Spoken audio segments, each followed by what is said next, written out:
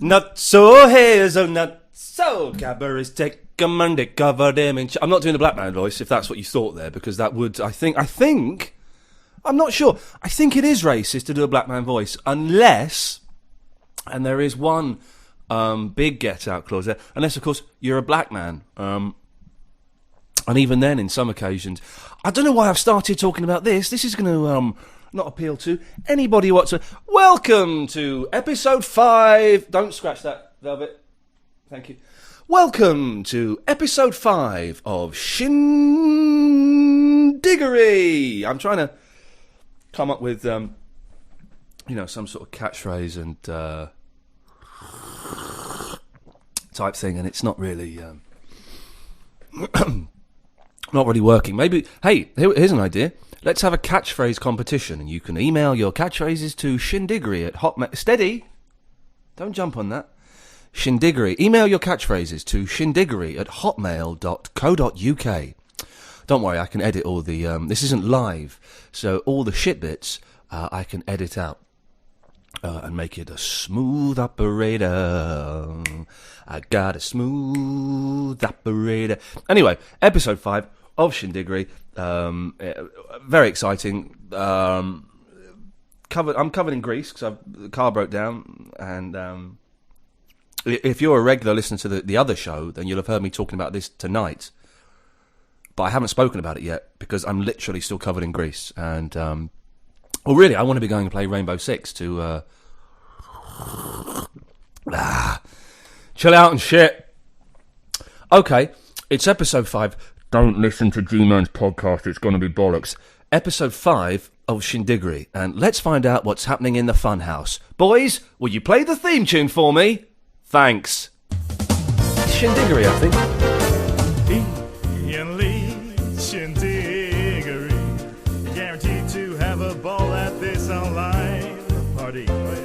It's dangerous, mysterious. You could even describe it as quite shindiggerous. All right. And we went and I thoroughly recommend it. Yeah. Excuse me.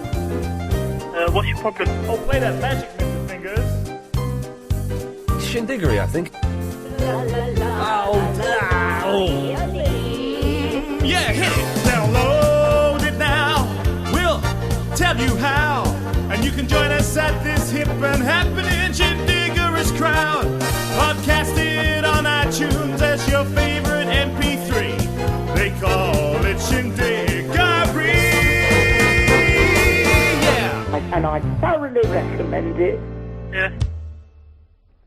Hello, darling. I'm home. Man alive, what a day I had today. Absolutely awful. The car broke down on the way to work. That's going to cost me a few £100 to get fixed. And when I finally did get to work, I was told my figures aren't that good and I've got to start making an effort. And to cap it all off, I think I've broken my right hand trying to finger a monkey. Jesus, what a shitter. Anyways, how are you, baby? I'm fine, love. Why don't you sit yourself down and make yourself a nice cup of tea? Dinner's almost ready. I've knocked up a nice casserole. Thanks, baby. I am starving. I haven't eaten all day. That thing with the monkey totally put me off my lunch. The little bugger wouldn't stay still. Struggling and struggling. In the end, I had to snap its neck off. It was the only way I was getting up there. Darling, I'm afraid I have something to tell you. Something that I think might make you a little upset. Oh, really? What's that, Sugar Punk? Well, we've been living together for 3 years now, haven't we? Yeah, what of it? Well, we'll be living together and having an active sexual relationship for 3 years, haven't we? Don't quite know where this is going, but yes, we have. In fact, we had a civil partnership, a gay wedding, if you will, didn't we? Yes, and it was a marvellous day, a real public celebration of our love. And so good that our parents forgave us and decided to come along as well. Okay, well, here's the rub. I'm not gay. Mm-hmm. It just dawned on me today, as I was getting dressed, that I'm not homosexual. I find the male body repulsive. The dingle-dangle, the buttocks, the perineum, the helmet, the chap's eye, the scrotum, the arse crack, the chest, the face, all that just really doesn't do it for me. I'm not sure I get your point, Vinny. Ian, I'm a heterosexual. I love girls. I like boobs, their bums, their nipples, the girly flangs, their sweet faces, their necks, their hands, their eyes, the way they giggle, the way they get scared watching spooky films, The clothes they wear, the short skirts, the perfume, the way they walk, their voices, everything about them. Ian, I'm not gay. So, what are you trying to say? What do you mean? What am I trying to say? I'm trying to say I'm not gay. I want this relationship to end. No, still not getting it. Oh, you're a fucking idiot. It's over between us. I found a girl. I'm moving in with her. I'm off. Oh, very upsetting. I love Verinda, and now he's gone. What do I do now? Oh, God. Oh, it was just a dream. I was sleeping. What a nightmare. What an absolutely horrible nightmare. Jesus Christ, how fucking sick is that? My head is so screwed. How on earth could I even imagine something like that? Man alive, I'm so messed up. Thank God it was just a dream, though. Hey, honey, wake up. You'll never believe the dream I just had. Oh, shut up, love. Go back to sleep. Tell me in the morning. Sorry, baby. Can I snuggle up to you? Of course, but do it quietly. You've been listening to At Home with Vinny and Iain Lee, starring Vinny as Vinny and Iain Lee as former 11 o'clock show host Iain Lee. Tune in again the same time next week when Verinda comes home with a box full of second-hand butt plugs. Sounds hilarious.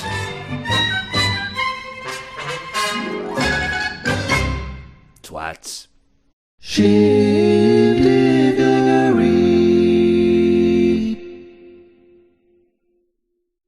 So, my agent phones me up every now and then. It's a bloke called Derek. I've been with him for quite a few years now, and, well, he's a nice enough fella, but I'm slightly suspicious about his motives. I've got an answer phone message here from him. Have a listen to this. Am I being paranoid? I just feel like I'm not the most important person that he's looking after or wants to look after. Have a listen and see what you think. Hello, Mr. Lee. It's Derek here. Listen, I heard it went very well last night. Jenny said you were great at the after dinner thing. Look, the invoices are out on that, by the way. That's no problem. Listen, I was wondering, while I've got you, I should speak to you in person about this. You know, I said about, increasing our roster of artists. Do you, by any chance, have Ali G's, Sasha's number? I know you work with him. We're very keen to maybe approach him about coming on the books. It's a long shot. Him or Ricky Gervais, as discussed the other week, and maybe Stephen Merchant. Any of those, if they wanted to come with us, the more the merrier. Okay, sorry to lay that at your door. Speak to you soon. Okay, bye for now.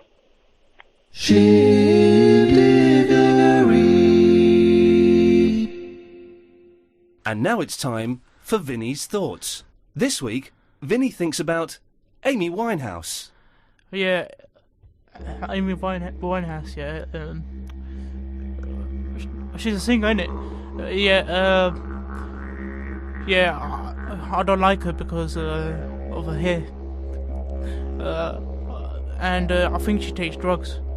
But I can't say she does take drugs, but because she might sue me, innit? And I don't really like any of her songs, except for that Rehab one.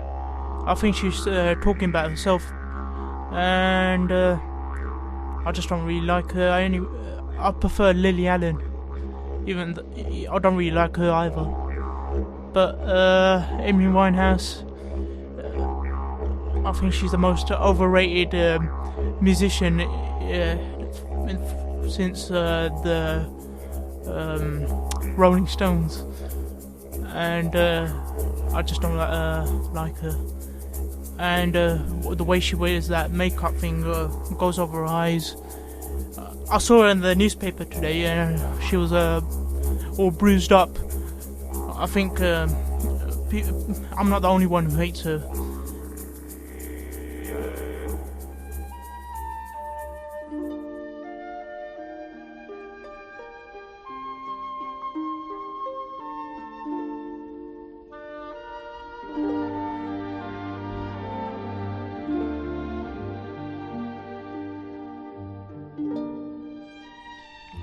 This is a letter from Julie. Now, Julie had been out with an older guy, like, say, Peter Stringfellow. And apart from the stench, yeah, he was great. Arthur was slightly younger than Peter Stringfellow, admittedly. He was 80. He belonged to a different age. An age of chivalry, kindness to one's fellow man, smallpox, and overt racism. But he was an old romantic. Or to put it another way, Julie knew if she dressed up a bit tarty for him and tickled his fancy, he'd slip her a 20 for a night out on the vodka and Red Bulls with a young mate. He was a total mug, but nice with it. You know, Julie, he'd say, I remember jiving in the 50s. Yeah, whatever. I tell you, in my day with rationing, yeah, have you got that money from a new telly, Arthur? Julie admits she's taken advantage of the old geezer something rotten when he thought they were in love. When she got out to the club with her mates, she'd tell them about Arthur, his silly poetry, and they'd laugh their heads off. Stupid old bastard. And then something awful happened. There was an accident. A bad accident.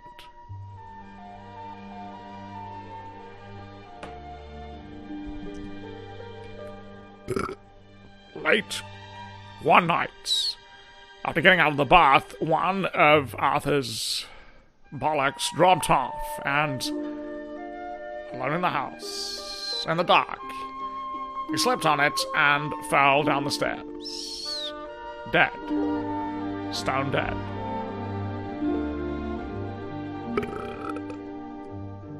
Fun-loving Julie returned home the next morning, off her face as usual, and as she entered, straightening her skirt and trying to hold her nose together after all the gack she'd inhaled, she saw him.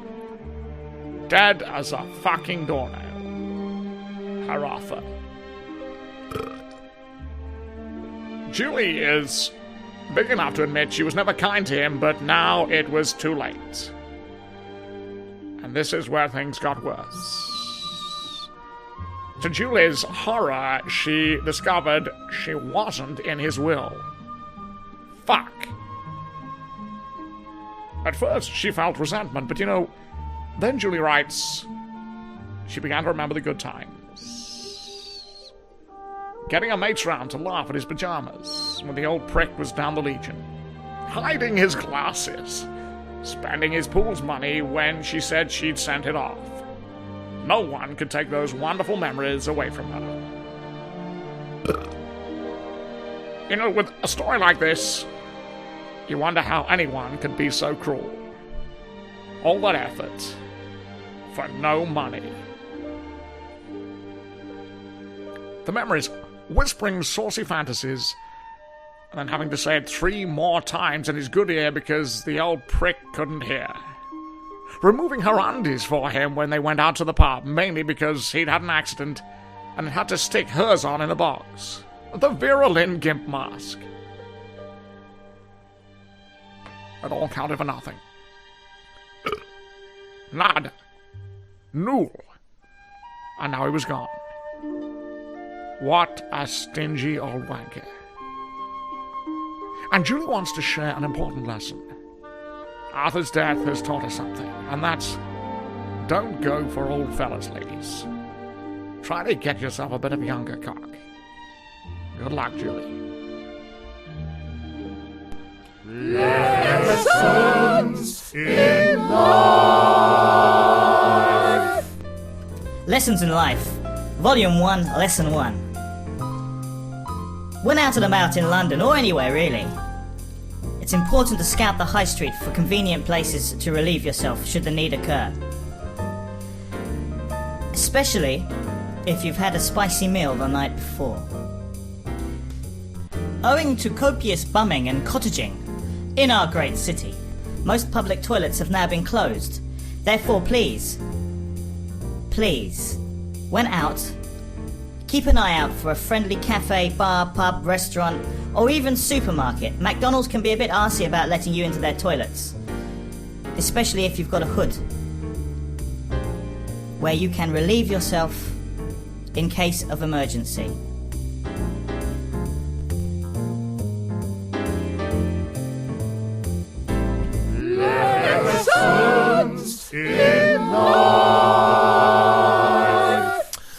Now it's that part of the show where, call it a show? I think that's slightly generous with the words. Anyway, as you know, I have spent a lot of time phoning up radio stations and dicking around like a bellend. And someone complained, Ian, stop putting out these old phone calls from about 10 years ago when you were, pissed and stoned and fearless. Why not put out a recent one when you're clean and sober and full of fear? Well, the thing is, I haven't really done any phoning up radio stations for a long, long time. I phoned up LBC a few times. Do you know, I phoned up my own show a few times. Did you know that?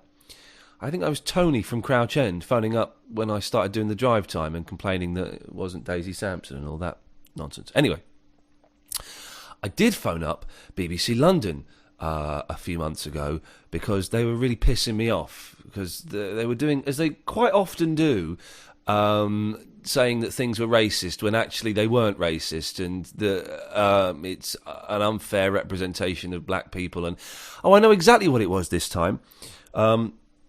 It was when Shipwrecked was on, and one of the people on there had said a naughty word just after the Big Brother race row with Jade and all of that nonsense.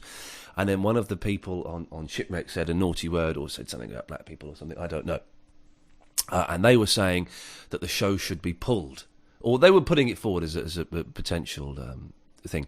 So I phoned up with hilarious consequences. Have a listen to this. Shindiggery.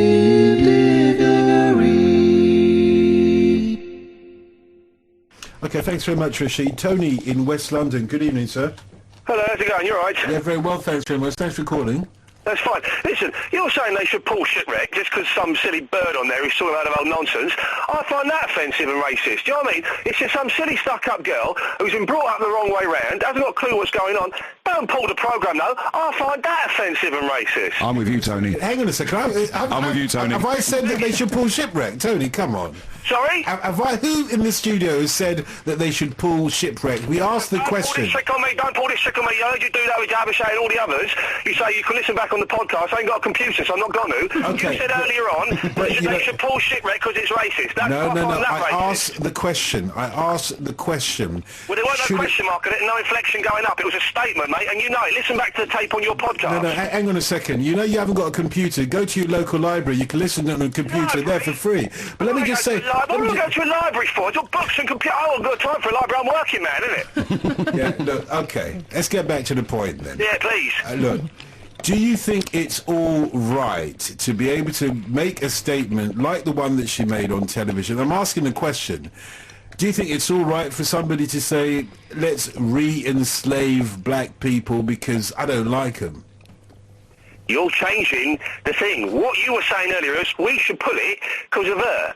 We shouldn't pull it. Okay. That is racist. Okay. The reason people watch Shipwrecked is 18, 19-year-old girls and boys in their bikinis on the beach getting nice and wet, soapy-dopey, lovey-dovey. Have you seen the state of this lot, though? You don't want to be watching them on the beach. Okay. Tony, just okay, forget what I may or may not have said earlier. Just, please. I don't think I can forget it. It's ingrained into my brain. Okay, then, I'll leave you there. He doesn't need a computer. Thanks very much. I do apologise if it's ingrained that deeply into your brain. Shindiggery, I think.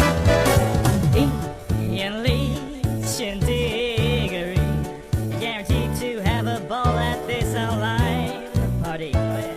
It's dangerous, mysterious. You could even describe it as quite shindiggerous. All right. And I thoroughly recommend it. Seriously. What's your problem? Oh, wait a minute, fingers. Shindiggery, I think.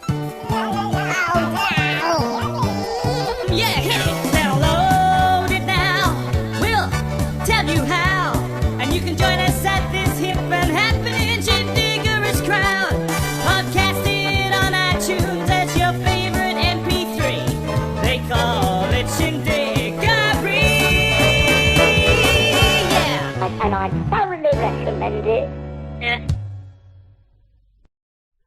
No. They tried to make me go to rehab, and I said no. They tried to make me go to rehab. I said no. They tried to make me go to rehab. I said no.